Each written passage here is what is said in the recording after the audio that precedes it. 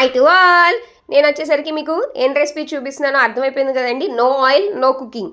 ఇక్కడ వచ్చేసరికి బీట్రూట్ చాలా ఎనిమియా ప్రాబ్లమ్స్ అనేది చాలా వరకు తగ్గిద్దండి. 2 డేస్కి ఒకసారి డైలీ అవర్ తింటే కూడా చాలు. దీంట్లో వచ్చేసరికి మనం బీట్రూట్ తురుము ఎంతైతే తీసుకుంటామో హాఫ్ క్వాంటిటీ ఆఫ్ సొరకాయ తురుము తీసుకోవాలి.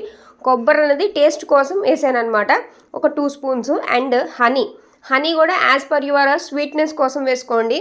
బెల్లం కూడా వాడట్లేదు. హనీ ఇంకా న్యాచురల్గా వచ్చే స్వీట్నెస్ అనమాట. అండ్ అవిసె గింజలు వచ్చేసరికి ఒమేగా 3 ఫ్యాటీ యాసిడ్స్, వెజిటేరియన్కి బెస్ట్ అనమాట ఇది. అండ్ నువ్వుల గురించి చెప్పక్కర్లేదు, పాల కంటే కూడా ఎక్కువ కాల్షియం ఉండేది నువ్వుల్లోనే.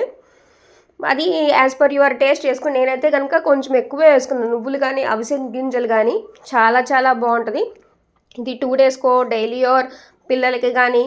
No cooking no oil. So ఇలాంటి రెసిపీస్ కోసం subscribe to for more videos.